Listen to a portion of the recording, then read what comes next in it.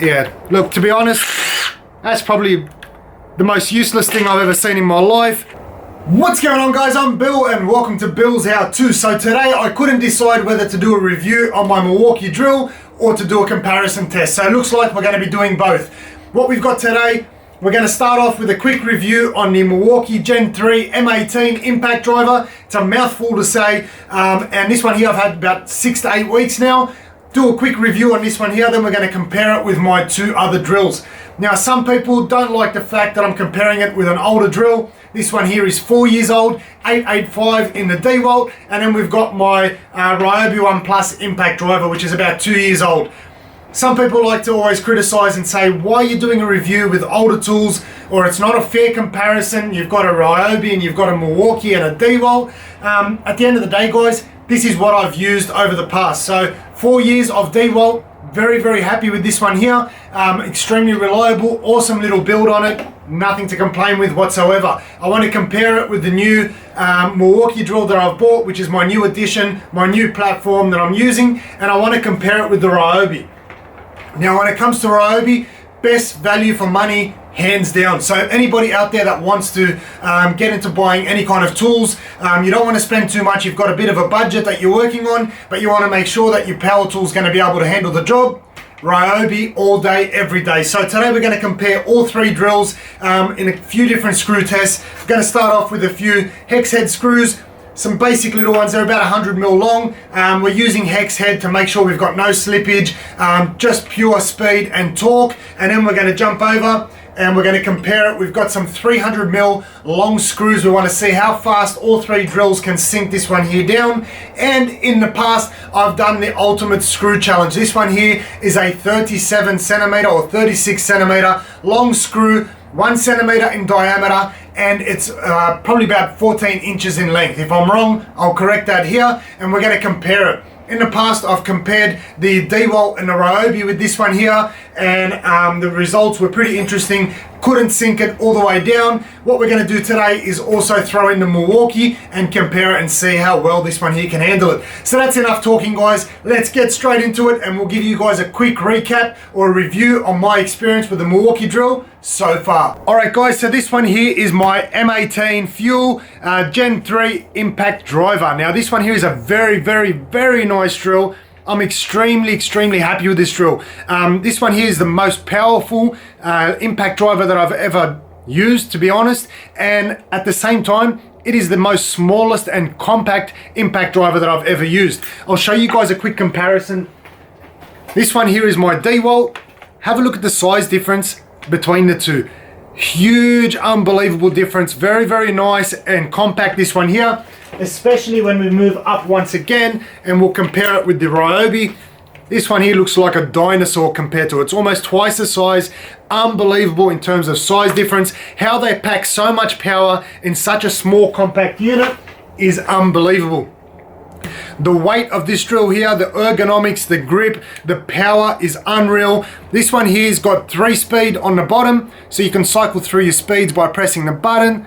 You can see there 1, 2, 3, and then we've got a self-tapping mode on the end. I'll get into that in a second. Let's have a listen to speed 1.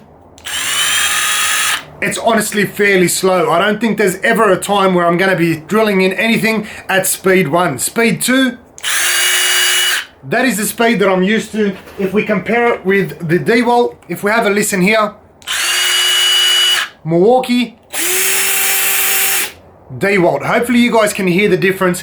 That's because there isn't any. They're very, very similar in terms of speed when it's on speed 2, and this one here, they're very, very similar. But what is interesting is the Milwaukee has an extra speed. So we've got speed 3 here. That is unbelievable. It is almost, and I hate to say it, almost too much power. Have a listen. Speed 3 on the Milwaukee versus the Dewalt. The problem that I've been having on speed 3 is that, number one, I've damaged my drill bit. So you can see here, the drill bit is damaged. That's because I'm stripping my drill bits because there's so much power. Anytime I'm drilling in a Phillips head screw, I'm either damaging my drill bit, I'm damaging the screw or I'm completely stripping the whole screw. I've had screws snap off and bend out of shape, so it's not very good. I've got one laying around here somewhere. So if we have a look at this screw here, this is that big screw test that I was talking about that I did in the previous video, which I'm also going to test out the Milwaukee. I had one screw left in a piece of timber and I needed to remove it. So what I did, I took out old trusty Milwaukee here and I thought I'll remove the screw. But you can see there, I've bent it out of shape and then just snapped it straight in half. So a lot of power on speed 3. What I'm doing now is I'm not actually using speed 3 for any Phillips head screws. The only time I'm using speed 3 is when I'm sinking in hex head screws or if I'm using a Stardrive like we've got here. So hopefully that'll focus for you guys, but it's a Stardrive anyway. So Stardrive is on speed 3, hex head on speed 3, everything else basically speed 2.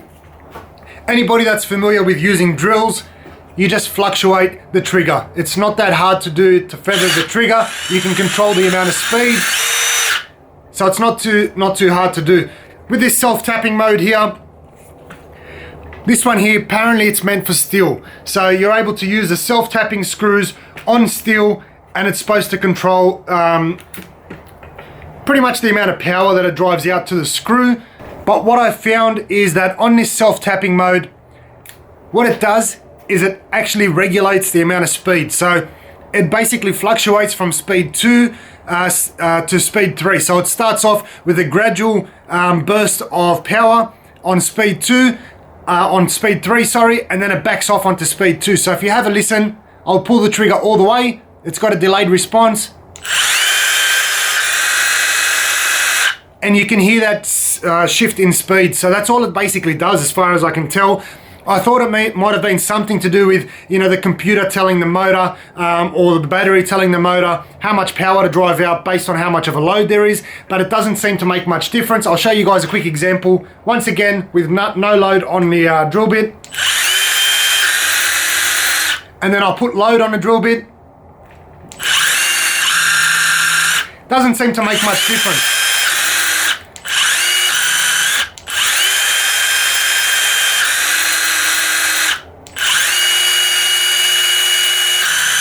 It seems to basically fluctuate whenever it wants. So I haven't really tested it out on some steel. Let's quickly test it out. Alright guys, so we've got some hex head, metal screws, self-tappers on the bottom. We're going to test it out with the self-tapping mode, but we'll start off on speed number 2. Drill this one here through and then we'll switch it over onto the self-tapping mode and see if there's any difference. So we've got a piece of aluminium here that we're going to be drilling into. So let's test it out. Number 2. So it drills it. That's pretty much what I was expecting. Let's try it on self-tapping mode.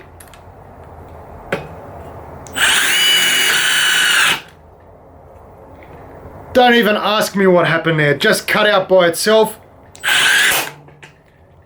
Let's try that again, see if it makes any difference. We'll try it again, self-tapping mode, see if we can get it to cut out again.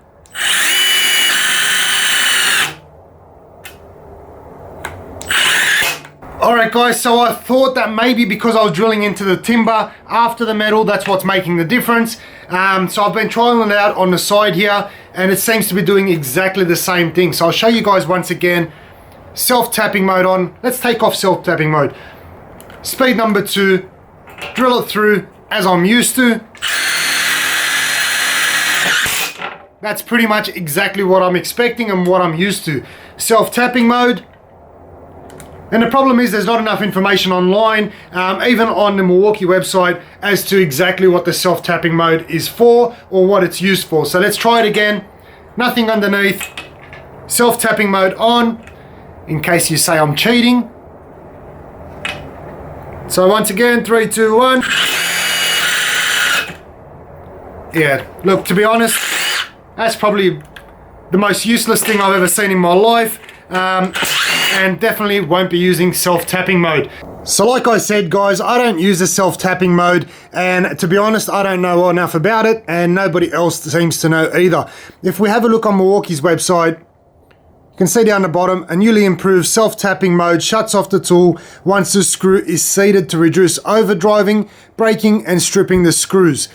Now this one here isn't even seated, so I don't know why the unit's shutting off. Obviously it doesn't work as well as most people are hoping for. I'll show you guys once again. Let's get this out of the way so we can get into the testing. Once again, self-tapping mode on. It's apparently supposed to be seated once it turns off.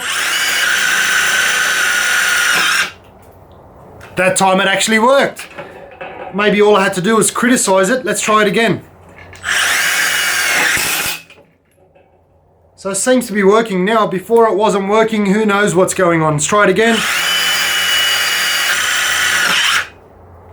So now it wants to work. Alright guys, so we've got one that sometimes works, sometimes doesn't work, as there just kept on going through. Try it again. That time it worked. So if it worked like this every time, maybe I'd use it. But at the end of the day, I'm happy to keep using it on modes 1, 2 and 3 in order to drive these hex head screws back in. Stupid thing, I don't know why it just cuts off. Let's try it again. And this time around it doesn't want to go through. So guys, at least you guys have seen it firsthand. Sometimes it works, sometimes it doesn't work. For me, self-tapping mode, absolutely useless. Alright guys, so now that we finally got that out of the way, I don't know why, but sometimes I talk a lot. Believe it or not, I don't like to talk much, especially when I'm in a room by myself and there's nobody here. It's just me, the camera, and you guys later on when I upload this video. So let's have a quick look at these 3 drills here in case you guys have just skipped through. Welcome back. We've got the Milwaukee Gen 3 M18, right? The specs on this one here, I've got them written down there, that's why I'm not making eye contact. 3600 RPM, all right? 3600 RPM, we've got 4300 impacts per minute and 226 Newton meters of torque. Now let's compare it with these two here. We'll jump over to Dewalt next, because this one here technically should be second in line. It is a higher end brand. Dewalt 885, we've got 2800 RPM, we've got 3200 impacts per minute, and we've got 155 Newton meters. So it's a big difference in terms of Newton meters of torque, also in terms of impacts per minute, and on the RPMs as well. Now let's have a look at Ryobi here. Best value for money, best bang for your buck. Ryobi here, we've got 3200 RPMs. That means it's got more RPMs than the Dewalt. We've got 3400 impacts per minute. That means we've got more than the Dewalt. Once again, we've got 170 Newton meters of torque. Once again, we've got more than the Dewalt. So technically speaking, if we look at the specs alone, the Ryobi should outperform the Dewalt. The Milwaukee should outperform both of them. So let's test it out and see how well it goes. So starting off is the Ryobi. We've got 5 hex heads to drive in on each drill. They're going to be in the maximum speed, if they even have a speed. So this one here has no speed. The Dewalt has no speed or speed controls, and the Milwaukee is going to be on its maximum. So let's test it out. 5 screws, test it out, no pilot holes. 3, 2, 1.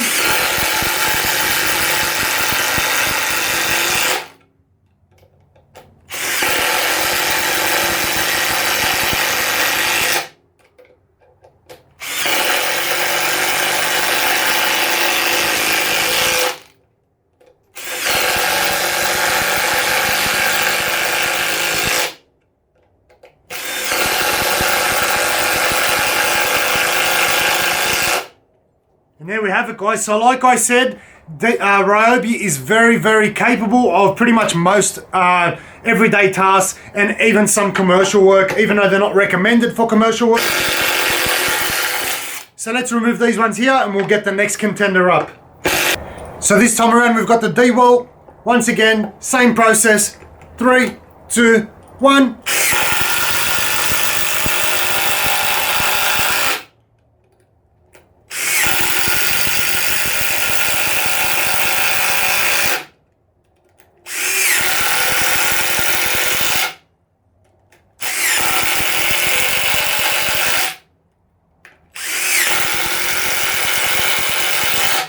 Not bad. So we've got Dewalt there, fairly consistent in driving all those screws down. Let's take these ones here out and see just how much difference there is when it comes to the Milwaukee.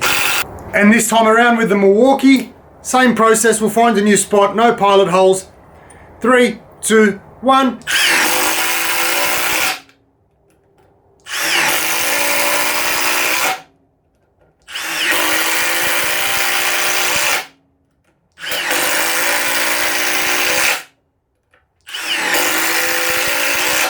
and you can see just how much more powerful and quicker the Milwaukee is. This one here is a little beast. So this time around we're using the 30 centimeter long Stardrive screw. This is a huge screw, very, very long. We're going to see just how much power, consistency, torque these drills really have. Let's start off with the Ryobi. No pilot holes, straight in, and we'll go for time. 3, 2, 1.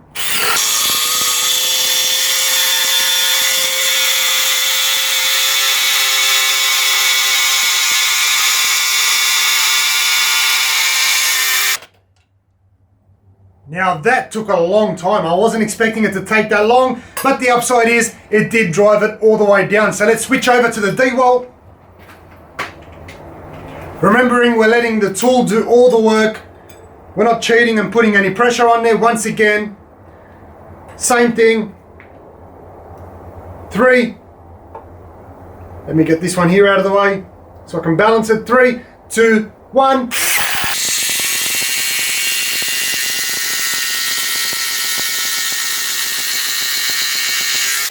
Nice, definitely a lot faster, very, very consistent in amount of power and speed that it can manage to drive that screw the whole way down. Let's see how much difference there is with the Milwaukee.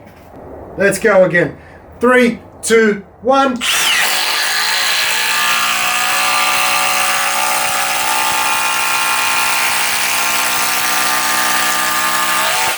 And there you have it. That's how much power this little unit right here.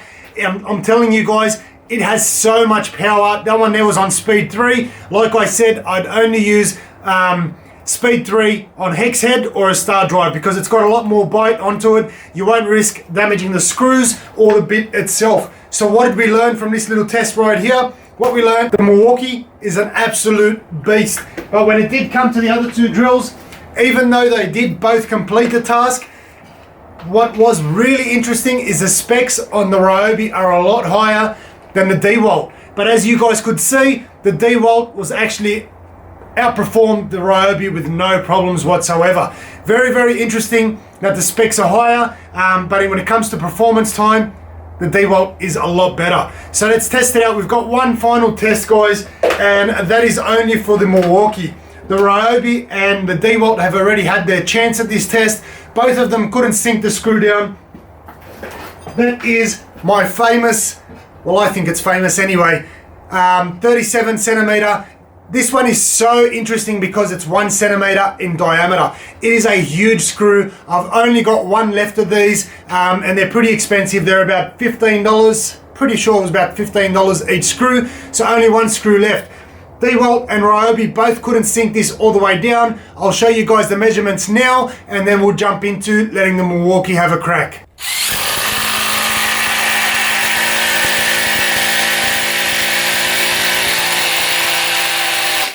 It looks like it stopped. We've sunk 135 millimeters down into the timber, which isn't very impressive at all. So as you can tell, it didn't struggle, it just stopped completely. So that's probably just over 5 inches in depth that we got down from the 14 inches. Ready, set.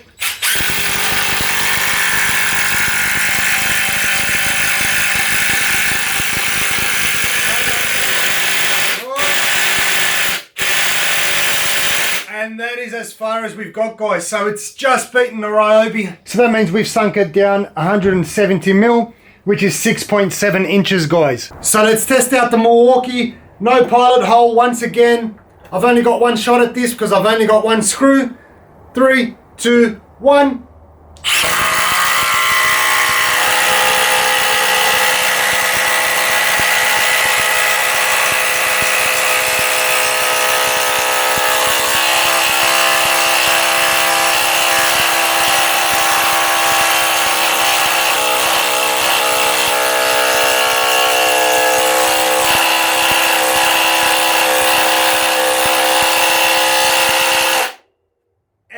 That is unbelievable, guys.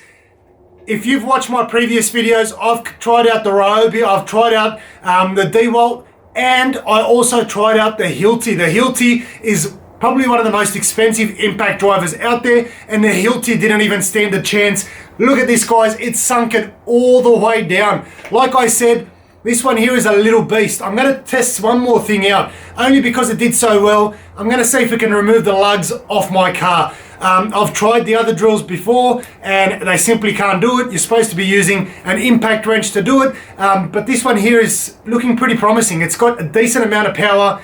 Let's get out there and try it. Let's try out Ryobi.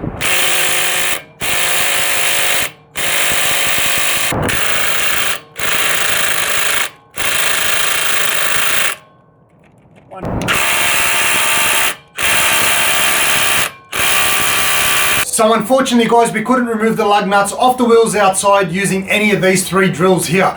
Remembering that these drills are not designed for removing lug nuts. The only reason why I tried it is this little unit here has so much power. I was so impressed that I thought I'd have to give it a go. So all in all, very happy with my Milwaukee drill. The only thing I could floor it on is its self-tapping mode. Luckily for me, I didn't purchase this drill for the self-tapping mode. I have very little use for it. Maybe I'm doing something wrong. Let me know in the comment section below.